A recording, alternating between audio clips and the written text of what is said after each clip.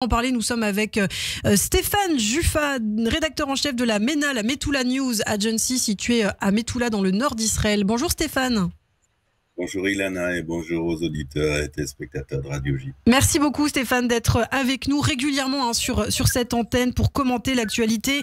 La théocratie iranienne a subi cette nuit le plus grand revers militaire de son histoire et inversement, Israël a fêté le couronnement de sa technologie. C'est ce que vous avez écrit Stéphane sur votre site internet, la MENA, la Metula News Agency. Alors effectivement, vous parlez d'un revers militaire pour l'Iran et d'une victoire pour Israël. Plus de 300 projectiles qui ont été neutralisés par l'État hébreu. Alors avec quel regard vous avez observé ces événements et pourquoi vous parlez de revers militaire pour l'Iran et de victoire pour Israël?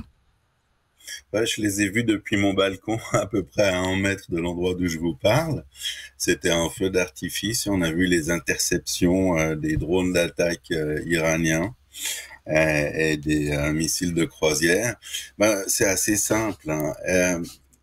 Jamais personne avant Israël n'était parvenu à abattre des missiles balistiques. Il faut bien savoir qu'un missile balistique comme le Shahab-3 des Iraniens vole à peu près à 9000 km à l'heure, soit plus de 8 fois la vitesse du son.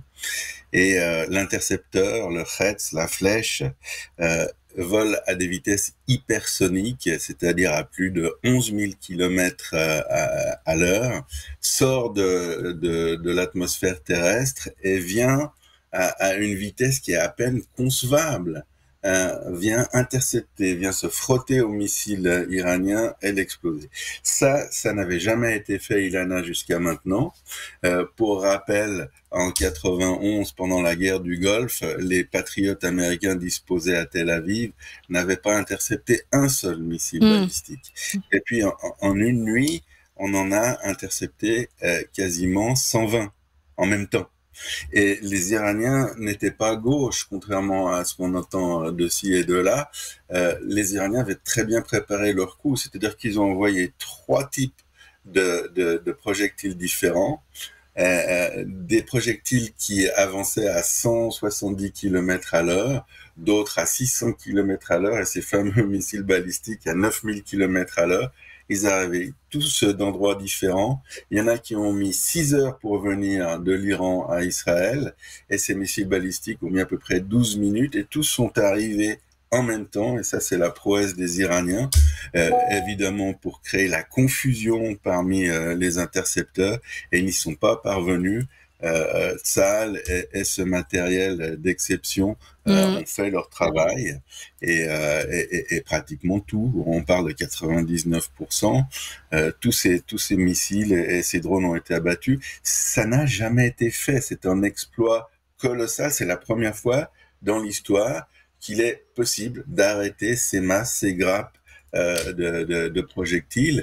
Et puis ce qui est aussi très important à souligner, c'est que l'Iran a lancé dans cette bagarre tout ce qu'il avait. Ces Shahab-3, ces missiles balistiques, c'est le nec plus ultra de l'arsenal iranien. Et ils n'ont rien d'autre. C'est-à-dire qu'on parle beaucoup depuis hier d'une possible... Comment en être sûr, justement, Stéphane, qu'ils n'ont rien d'autre, les Iraniens? Parce qu'on sait très bien, on ne crée pas une arme en 2 semaines, ça met des années, et on sait exactement ce qu'ils sont en train de développer, et il n'y a pas de surprise dans ce domaine. C'est ce qu'ils ont de plus performant. On sait aussi, et malheureusement, qu'ils sont en train de mettre la dernière main à leur bombe atomique. Donc, ça fait 12-13 ans qu'ils investissent tous leurs moyens pour fabriquer cette bombe. Donc, on est absolument au courant de tout. Ouais. Alors, vous parlez aussi, Stéphane, de victoire pour Israël, et c'est aussi une victoire diplomatique, politique, puisqu'on a vu aussi qu'Israël a été aidé par ses alliés arabes, la Jordanie, l'Arabie Saoudite notamment, qui ont participé samedi soir à l'élimination de ces missiles. Ça, c'est aussi important dans l'équation à prendre en compte, Stéphane. C'est très important, mais je pense pas que ce soit tellement sur le plan diplomatique. En fait, le monde musulman est scindé en deux parties.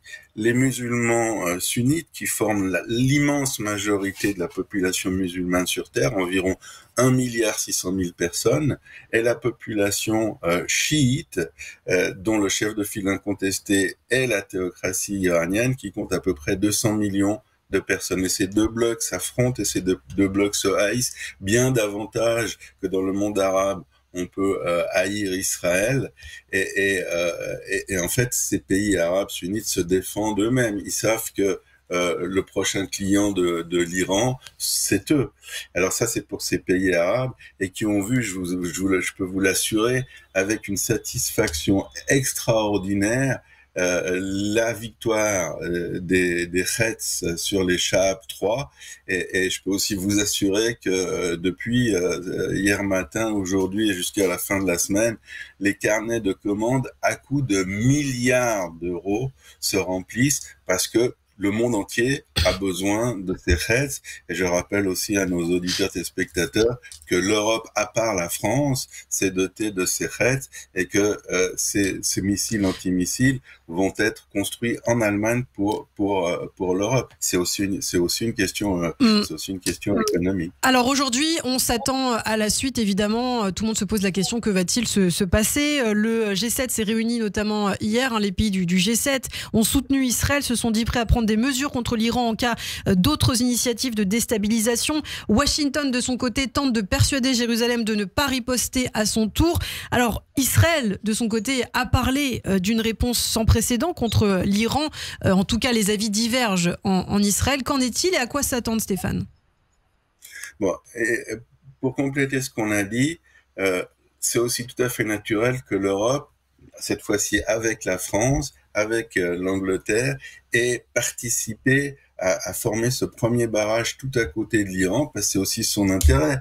On sait à l'Élysée et au Quai que si l'Iran obtient la bombe atomique, la vie sur Terre, la vie politique internationale sera invivable. C'est pas pour les beaux yeux d'Israël, il en a qui sont intervenus, c'est pour se prémunir.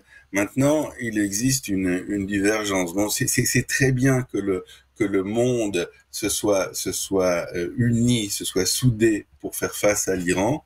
C'est un acquis, il faudrait essayer de le préserver.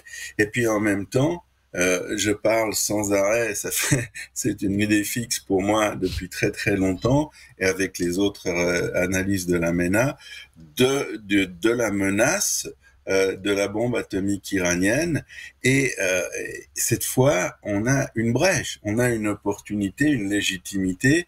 Et je pense que si on n'utilise pas cette brèche, et c'est ce qui a été notamment dit lors des réunions du cabinet restreint que vous avez cité dans votre journal, si on n'utilise pas cette brèche pour frapper et détruire au moins 3 des sites les plus importants du projet nucléaire iranien, on n'a rien fait. Parce que là, on s'est défendu, c'est très bien, c'est même exceptionnel, mais ce projet continue, il est à quelques semaines, quelques mois de sa réalisation, et c'est un devoir mondial pour toutes les nations libres qui espèrent vivre en paix ces prochaines décennies, d'y mettre en terme. Et c'est maintenant qu'il faut y mettre en terme, en passant par-dessus les divergences politiques, les divergences entre les pays. Et là, on a un problème.